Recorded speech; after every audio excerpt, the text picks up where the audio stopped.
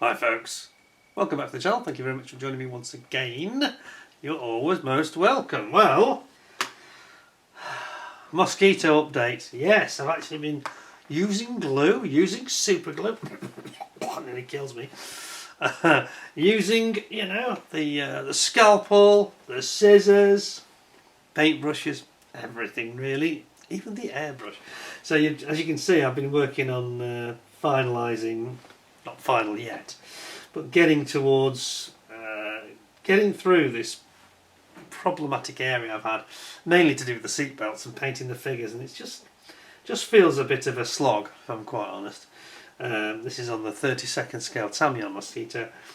Nothing to do with the kit. The kit is perfect. It's just I've been using some aftermarket seat belts and aftermarket parts from Edouard, and none of them are particularly problematic on their own. It's just when you're trying to bring them all together it gets a little bit tricky, you know. It's the old story with aftermarket, you know. At the end of the day, it's not designed as well, irrespective of who the manufacturer is. It's not as well integrated into the kit as the kit parts are, and you often have to make mods. Anyway, as you see, we've got Alan Broadley, the navigator here, who's going up, and you've already seen probably better photographs than what you're seeing now, actually. But this is him. He's about to alight up the steps, sadly for the last time, that he's going to climb up those steps, because of course he and Charles Percy Picard did not make it, and were shot down by an FW-190 on the Amiens raid. But anyway, we'll put that aside. I think, is it Martin Olsen in Denmark, Copenhagen? He said, looks like they're getting ready for Operation Carthage. Carthage, of course, was the raid on the Oslo Gestapo headquarters. I beg your pardon. I'll rephrase that. Not Oslo. I'm getting confused with two different operations there. The Copenhagen Gestapo headquarters.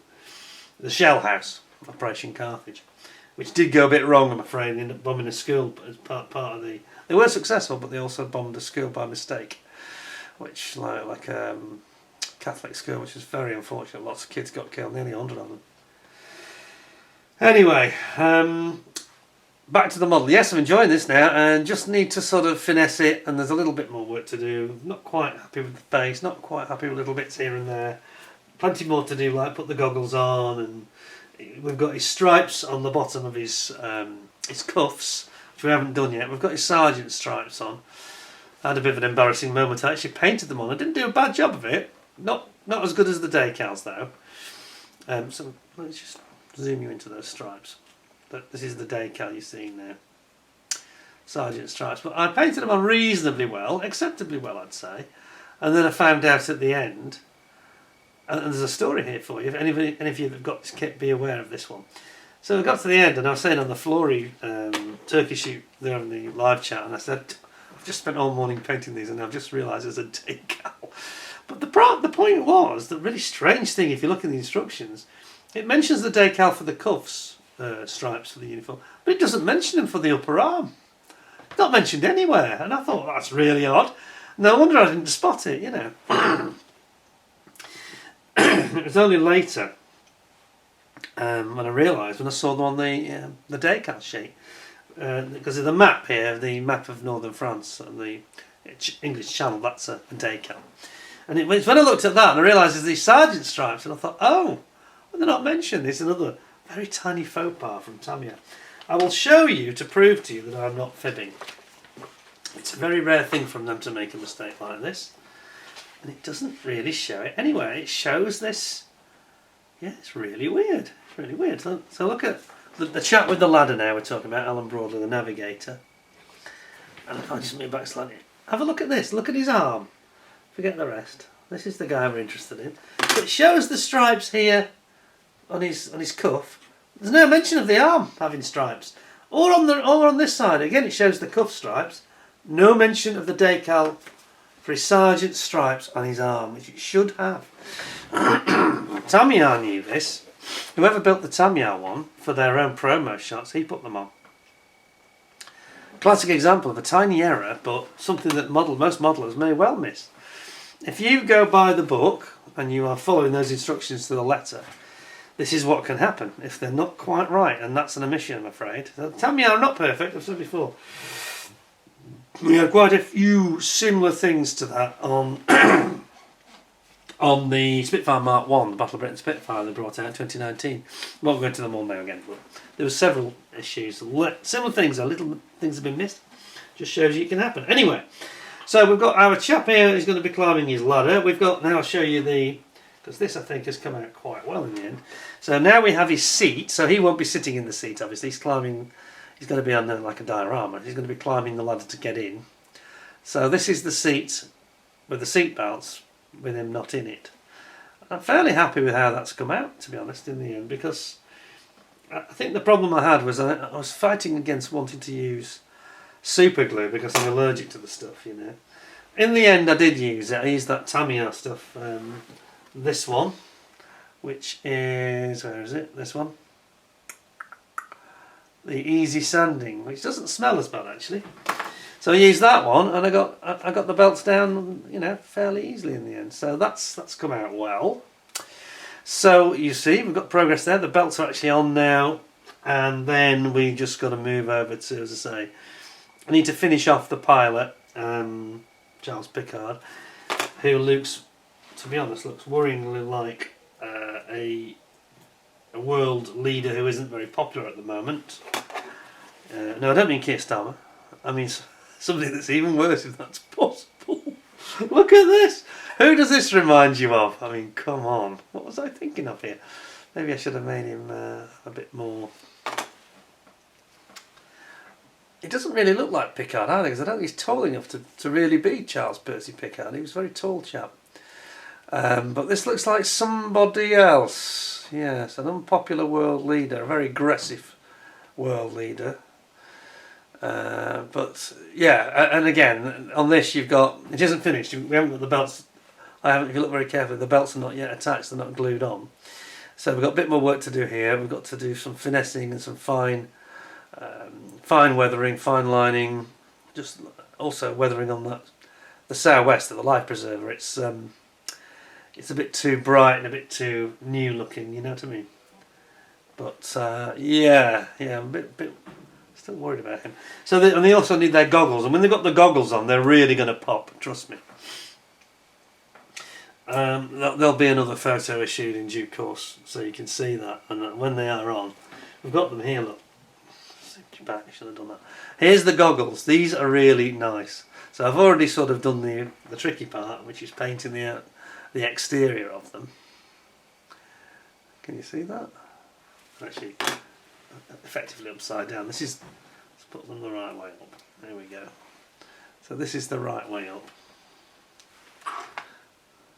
There we go. Are we at full zoom? We are, okay. So there's your goggles. So once we put those on them, it'll look really nice.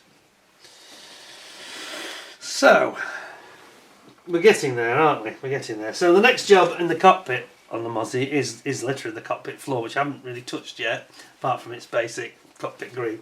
So there's quite a lot of fine painting you've got to do actually on this.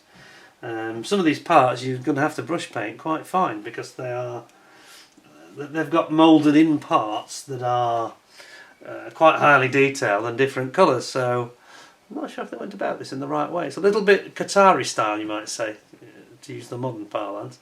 So several of these parts and components you're seeing here, they're going to have to be painted up. And then we've got bits of things like that. There's wood here, either side of where the stick and the sort of leather shroud is. That's got to be wooden, so that's got to all be painted up. So that's the next job. Moving along to that.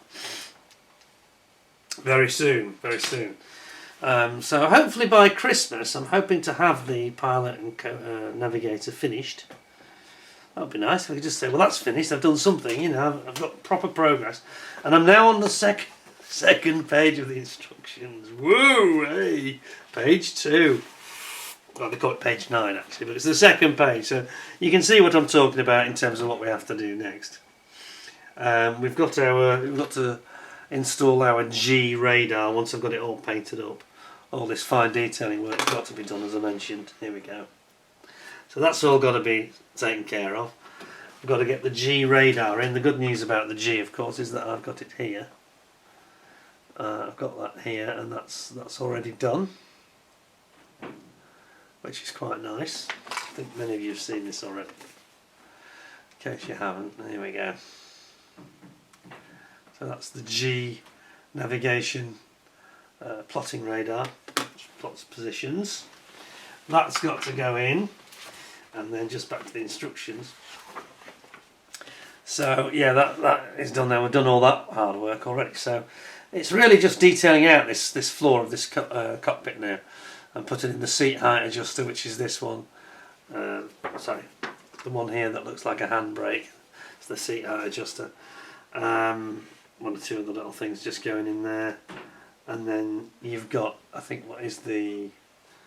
I think this is. I'm not sure if this is a camera.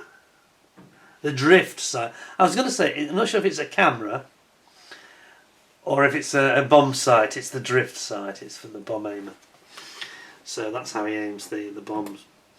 And again, over on this side, because I've not necessarily done it quite in sequence, this seat is already done. All this work is done here. All of it. So all of this is done. We just got to put our... that's the navigator seat. So obviously he's not going to be in it on mine.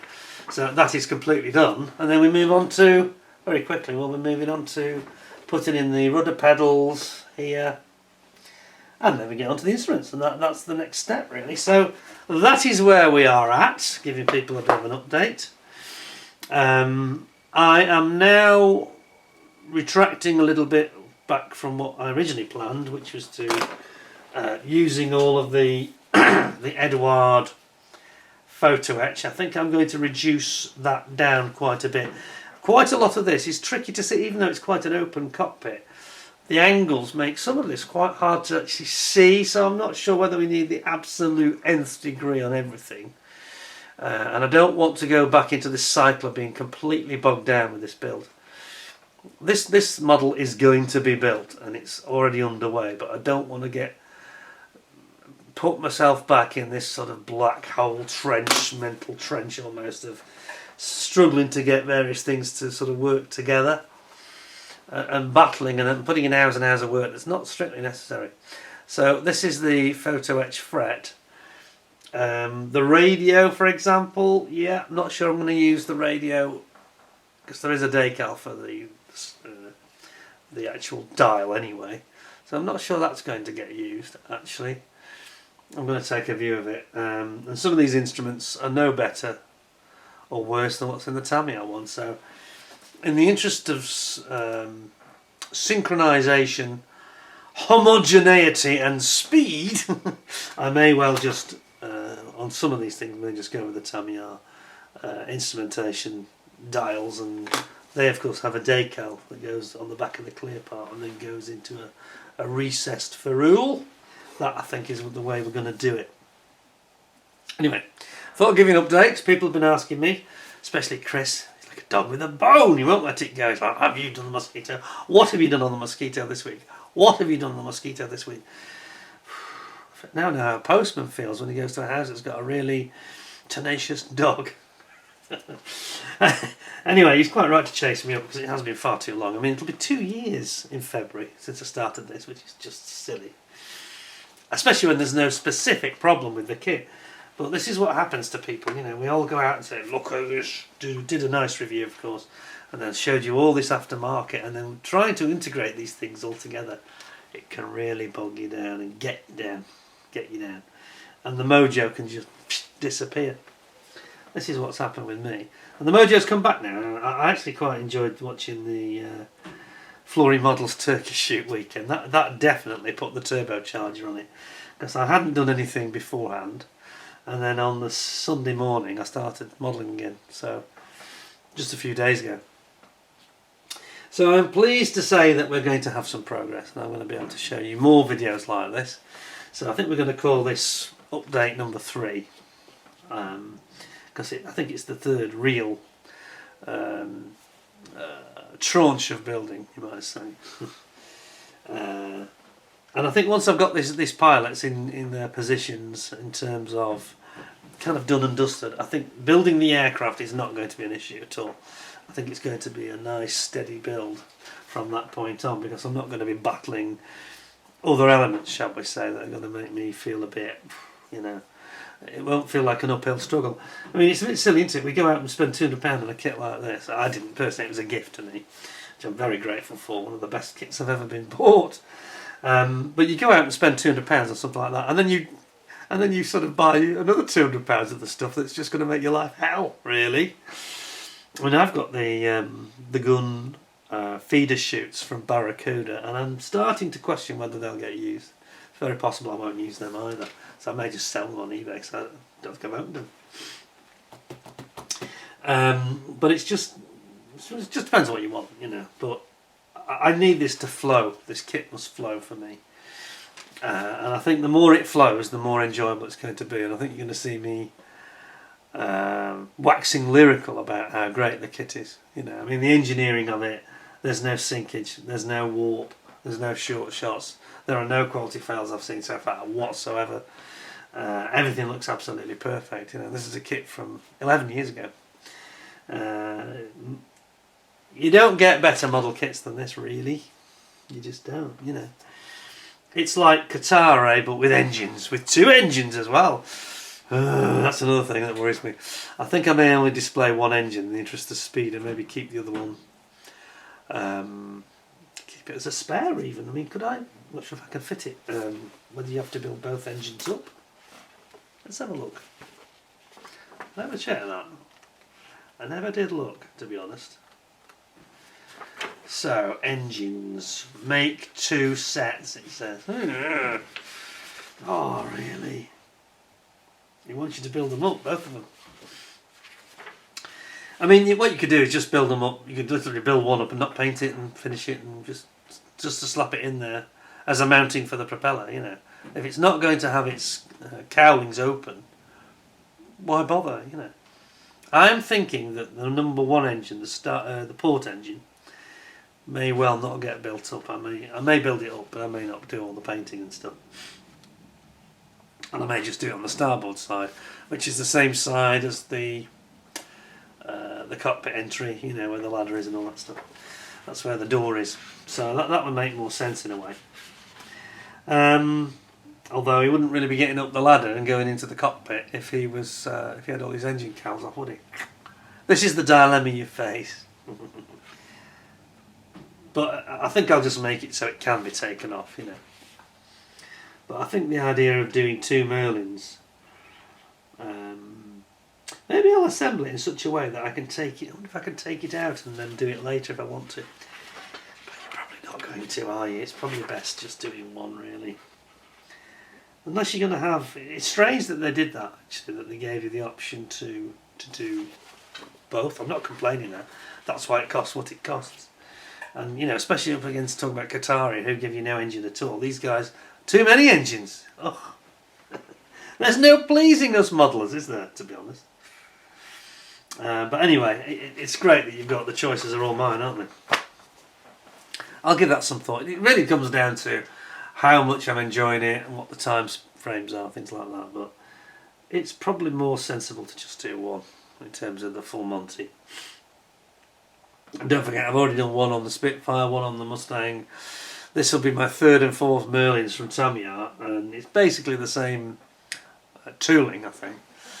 Basically, there's some subtle differences, but because it's the later version, the 2-stage supercharger, I think, isn't it? But not fundamentally different. So we shall see. We shall see what I decide later on. Anyway, that's kind of it from me now. Just a quick update for you. People have been asking for this video for ages. When are you going to do an update? Why haven't you done an update? Etc, etc, etc. So I thought, sorry, I'm just adjusting my light a bit. So I thought I'd do it. Going to be some interesting stuff coming up over Christmas from Peter Goes Rogue. We've got some fun with the cat. I won't spoil it for you, I'll tell you more about that later. We're going to briefly show you the Porsche that's gone away for the winter now. It's all got its cover on and everything. It's just, yeah. So it went away basically early November, that was gone. Which is actually later than last year, 2 weeks later. Last year it was gone by about mid-October. The weather was just terrible last year. So that's gone away. So you won't be seeing that again until the spring at the very earliest. But we're going to be doing lots of other interesting things. We're going to be talking about mental health and philosophy, and we'll talk about the cat. I'm going to do some cooking around Christmas time, Christmas cooking, and yeah, perhaps some quite different subjects that I won't spoil it all for you now, but worth tuning in for. Now, I must just say at the end here, 2 things that are very important, which I promised I would say. We recently had this Airfix, the MEBF 109 G5 G6, the 24 scale super kit, which has had some quality problems. Let's not beat about the bush. Some of the kits that have gone out have been absolutely perfect. Some have got some warpage, and some, like the one I had originally, have got a lot of warpage. So Airfix quality manager, a chap called Andy Walker, he has now reached out to me and said, please can you alert your viewers, and I'll put another mention of it in the description. Please do alert your viewers. You know, don't, as I said before actually in the previous video about it, don't sort of suffer in silence and hold a grudge and feel that, you know, let down and da. Don't sort of sulk about it like we all do sometimes. Don't do that. Just go straight to Airfix and say, look, send them a photograph to spares@airfix.com and show them a photograph of your piece that's giving you the issue, and then showing the warpage or whatever it is that you've got the problem with, or missing parts in some cases. Just be sure that you can, you know, demonstrate it clearly, and they will replace it for you. No charge at all. So that's the way to go. So I just want to say that before the end and say, you know, if there's a problem, they'll sort it. There's no question about that at all. Anyway, that's it from me for now. Thank you very much for watching. Take care of yourselves, and until next time, stay safe, stay well. Thanks a lot, and bye for now.